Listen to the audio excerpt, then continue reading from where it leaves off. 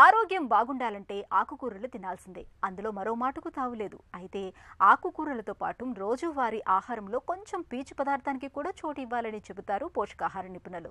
మలబద్ధకం మొదలుకొని గుండె జబ్బుల నివారణ వరకు ఎన్నో రకాల సమస్యల్ని నివారించడంలో పీచు పదార్థం మనకు ఎంతగానో సహాయపడుతుంది.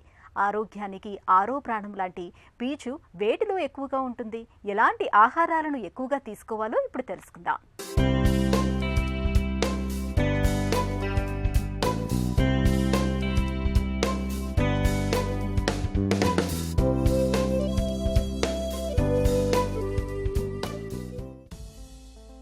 మనకు ఆహారం అంటే శక్తి.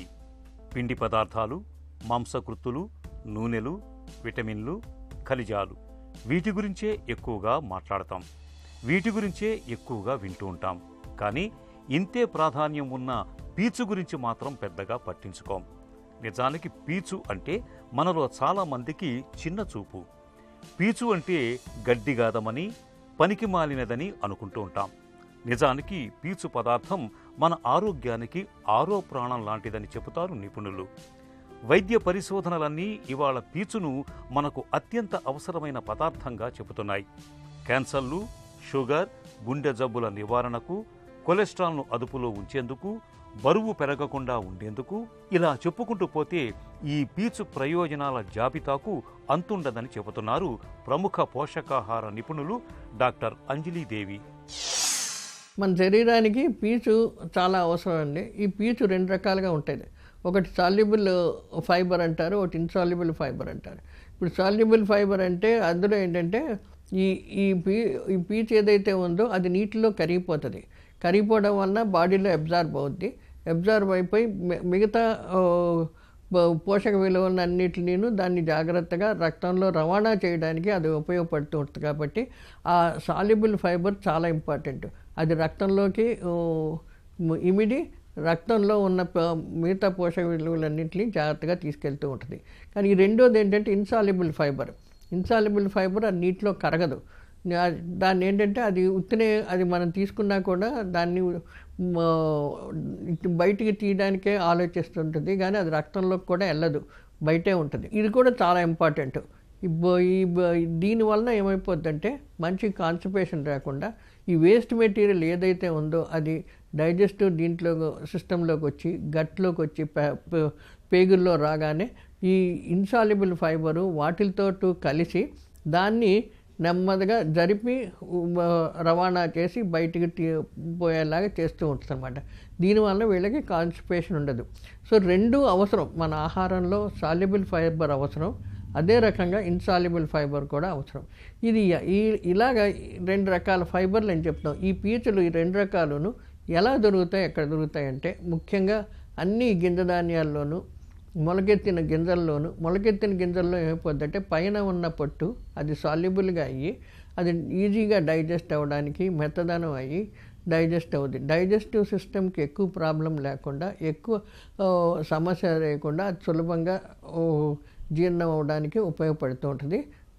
ఎప్పుడు మనం ఏంటంటే సాధ్యమైనంత మట్టుకు మొలకెత్తించినవి కానీ నానబెట్టిన గింజలు కానీ అలాంటివి వాడి అలాంటివి ఉడకబెట్టి తిన్నా కూడా మంచిది. ఇలా పొట్టులో చాలా మటుకు ఫైబర్ ఉంటుంది. కాబట్టి ఈ మంచి ఫైబరు రెండు రకాలు మనకు అవసరం. పిండి పదార్థాలు, కొవ్వు పదార్థాలు, మాంసకృత్తులు, వీటన్నిటినీ మన శరీరం పచనం చేసుకుని జీర్ణం చేసేసుకుంటుంది. పీచులో ప్రధానంగా నీటిలో కరిగే పీచు, కరగని పీచు అని రెండు రకాలు ఉంటాయి. కరగని పీచు మన ఆహారంలోనే ఉంటుంది, కానీ నీటిలో కరగదు. దీన్ని ఇన్సాల్యుబుల్ ఫైబర్ అంటారు. ఇది జీర్ణం కాదు, విసర్జన ద్వారా బయటకు వెళ్ళిపోతుంది. దీనివల్ల మలం పరిమాణం పెరుగుతుంది. జీర్ణ వ్యవస్థలో ఆహారం కదలికలు పెరుగుతాయి. ముడిధాన్యం, పప్పులు, కాయగూరల్లో ఈ రకమైన పీచు ఎక్కువగా ఉంటుంది.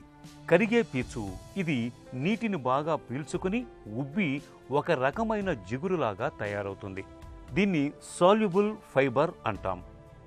ఓట్స్, బార్లీ, చిక్కుళ్ళు, బఠానీల వంటి గింజలు, సపోటా వంటి పండ్లు ఇలాంటి వాటిలో కరిగే పీచు ఎక్కువగా ఉంటుంది. నీటిలో కరిగే పీచు రక్తనాళాల ఆరోగ్యాన్ని చక్కగా ఉంచుతుంది.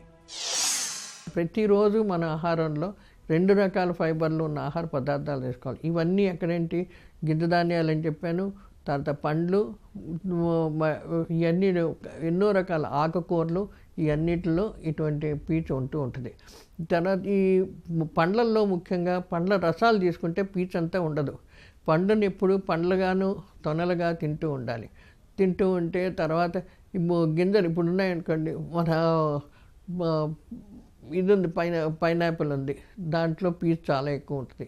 అదే రకంగా మనకి పనసకాయ ఉంది, దాంట్లో ఒక రకమైన పీచు ఉంటుంది.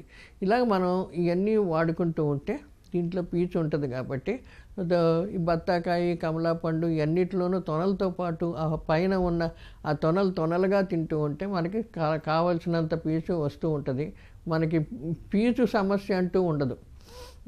ఈ పండుని చాలామంది ఇప్పుడు ఏంటంటే అన్నీను పండ్ల జ్యూసులు, ప్యాకేజ్డ్ పండ్ల జ్యూసులు ఇలాంటివన్నీ తీసుకొచ్చి ఫ్రిడ్జ్లో పెట్టి చల్లదనం చేసి తింటూ ఉన్నారు. ఈ ప్యాకేజింగ్ చేయడంలోనూ అందులోనేమో చాలా మటుకు ప్రిజర్వేటివ్స్ వేస్తారు. ఆ ప్రిజర్వేటివ్స్ కొంచెం హానికరంగా ఉంటాయి. ఎటువంటి ప్రిజర్వేటివ్ వేస్తారో మనకు తెలియదు. కాబట్టి అది ఇంకోటి ఏంటంటే దాంట్లో షుగర్ వేస్తారు. షుగర్ లేకుండా ప్రిజర్వ్ చేయరు.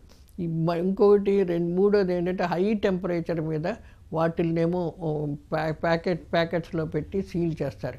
ఈ హై టెంపరేచర్ ఉండడం వలన అందులో ఉన్న విటమిన్లన్నీ నశించిపోతూ ఉంటాయి. ఈ ఫైబర్ కూడాను ఎక్కువగా రాదు మనకి. దానివల్ల మనం ఏంటంటే సాధ్యమైనంత మటుకు పండ్లేంటి, తర్వాత కూరగాయలేంటి, ఎంతైనా సరే వాటిని ఉడకబెట్టి నీరు పాయకుండా ఉడకబెట్టి దాంతోపాటు తినడం. పండ్లు అయితే తాజా పళ్ళు పొట్టుతోటి అది యాజ్ ఇట్ ఈస్గా తింటూ ఉంటే చాలా ఆరోగ్యకరంగా ఉంటుంది. ఈ పీచు కూడా చాలా అవసరం మనకి.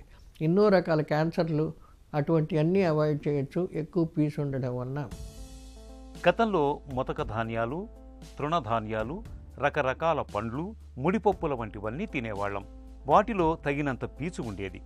కానీ ఇప్పుడు బాగా పాలిష్ పట్టిన ధాన్యాలు, పొట్టు తీసిన పప్పులు, రిఫైన్డ్ పదార్థాలు తీసుకోవటం పెరిగింది. దీంతో ఆహారంలో పీచు మోతాదు తగ్గిపోతూ వస్తోంది. ఇలా ఆహారంలో పీచు మోతాదు తగ్గిపోవటం వల్ల చాలామంది ఆరోగ్య సమస్యలను ఎదుర్కొంటున్నారు. పీచు పదార్థాన్ని తగినంత తీసుకోవటం వల్ల మనకెన్నో ఆరోగ్య ప్రయోజనాలు అందుతాయి. మలబద్ధకం వదులుతుంది, పేగుల ఆరోగ్యం మెరుగుపడుతుంది, రక్తంలో గ్లూకోజ్, కొలెస్ట్రాల్ల శాతం చక్కగా అదుపులో ఉంటుంది, బరువు నియంత్రణలోకి వస్తుంది, గుండె జబ్బులు, క్యాన్సర్ల ముప్పు బాగా తగ్గుతుంది. మనం తీసుకునే ఆహారంలో రోజుకి కనీసం 40 నుంచి 45 గ్రాముల పీచు పదార్థం ఉండాలి. ఇందులో కరిగే పీచు ఎక్కువగా ఉంటే మంచిది. పీచు శాకాహారంలోనే ఉంటుంది, మాంసాహారంలో ఉండదు. పీచు పదార్థాలు తీసుకున్న ప్రతిసారి తగినంతగా నీరు కూడా తాగాలి. పిల్లలకు కూడా పీచు అవసరమే కానీ మరీ పీచు పదార్థాలే ఎక్కువగా పెడితే త్వరగా కడుపు నిండినట్లై ఎక్కువగా ఆహారం తీసుకోలేరు. దాంతో పిల్లలకు శక్తి చాలకపోవచ్చు. కాబట్టి పిల్లలకు పీచు పదార్థాలు మరీ ఎక్కువగా కాకుండా సమతులంగా ఉండేలా చూడాలి. వీరికి పండ్లు, కూరగాయలు విరివిగా పెడితే ఆ పీచు సరిపోతుంది. పప్పులతో పోలిస్తే కూరగాయల్లో పీచు కొంత తక్కువగా ఉంటుంది. కానీ మనం పప్పుల కంటే పరిమాణంలో కూరగాయలను ఎక్కువగా తీసుకోగలం. కాబట్టి తగినంత పీచు పదార్థం కోసం మన ఆహారంలో కూరగాయల మోతాదు ఎక్కువగా ఉండేలా చూసుకోవాలి.